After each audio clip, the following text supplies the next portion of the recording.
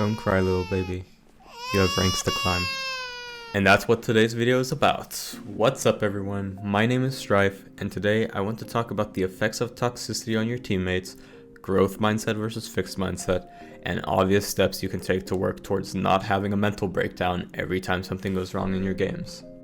Firstly, let's talk about the elephant in the room. It's a word that gets thrown around a lot and was especially popularized by a certain game company, and because of that is used for almost anything that someone conceives as even remotely negative. Toxicity. While the use of the word doesn't even remotely reflect what it originally was intended to describe, I personally define toxicity as offensive or unasked for commentary that is in no way, shape, or form constructive criticism. This obviously includes the typical toxic behaviors like insulting someone, etc., but in my eyes, as long as what you say is conveyed in a respectful manner and is constructive criticism, you are not being toxic. Now, just because you might understand that doesn't mean that your teammates will.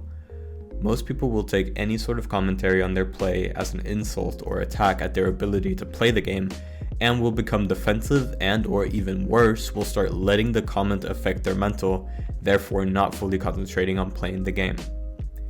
So what is the solution if your only goal is to climb? Don't criticize your teammates' play. As dumb as it sounds, the human ego is very fragile. Most of the time, giving commentary on a situation that just happened is just a way to vent frustration and isn't beneficial for the team as a whole. But now you're probably asking, if I'm not allowed to vent my own frustration to save my team's mental, how am I supposed to keep myself from booming? It's actually very simple. Just don't care. And before you run it down and throw all your games, that's not what I meant. What I meant is to stop valuing the results of situations in your games and instead learn the lessons that are taught by them. There is a concept under which we humans fall into two categories: people with a growth mindset and people with a fixed mindset. This concept was coined by an American psychologist named Carol Dweck, and in essence is very simple. Someone with a growth mindset believes that things such as intelligence or their talents are not predetermined and can be cultivated, and therefore seek out failures to learn from them.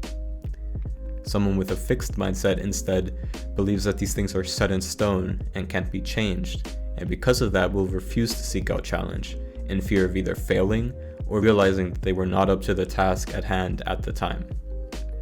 So why am I bringing this up in a video about not mental booming in your ranked games? It's because it's way better for your improvement and also your mental to not tie your feelings to the result of a game. The only thing all of your ranked games have in common is that you are in them. If you adopt a growth mindset and use every personal failure and the mistakes you see from your teammates and learn from them, you will improve at a much faster rate, and suddenly the person that is in every single one of your games will be a way better player, and therefore, over the span of a bigger sample size, your chances of climbing are a lot higher. Now, I'm no psychologist, and the causes of a growth versus fixed mindset are often rooted deeply in someone's personality, so it's obviously not as easy as me just telling you to go change it. But if you want to improve your life even beyond just getting better at games, I implore you to watch some of these videos that go more in depth on the topic, or, God forbid, maybe even read some books, such as Carol Dweck's own book about mindsets. The links to the videos will be down in the description, so make sure to check them out and give the creator some love. Beyond the things I've mentioned before, I think the best way to manage your tilt is to abide by the 2-game rule. What I usually do is that if I lose 2 games in a row, I take a longer break before queuing up the next game, or I quit playing for the night completely. It may not work for everyone, but it's what I've been doing for years ever since I started playing League like a decade ago. And for the most part, the true mental boom games only came if I disregarded this rule. Other than that, the only real way to not tilt during your games is to not be invested in the results, as I've said earlier. Most people play hundreds of ranked games in a season, and 10 games from now, you won't even remotely remember what happened in the game that you are currently upset about. As long as you play to improve, over the span of a big sample size, you will definitely climb.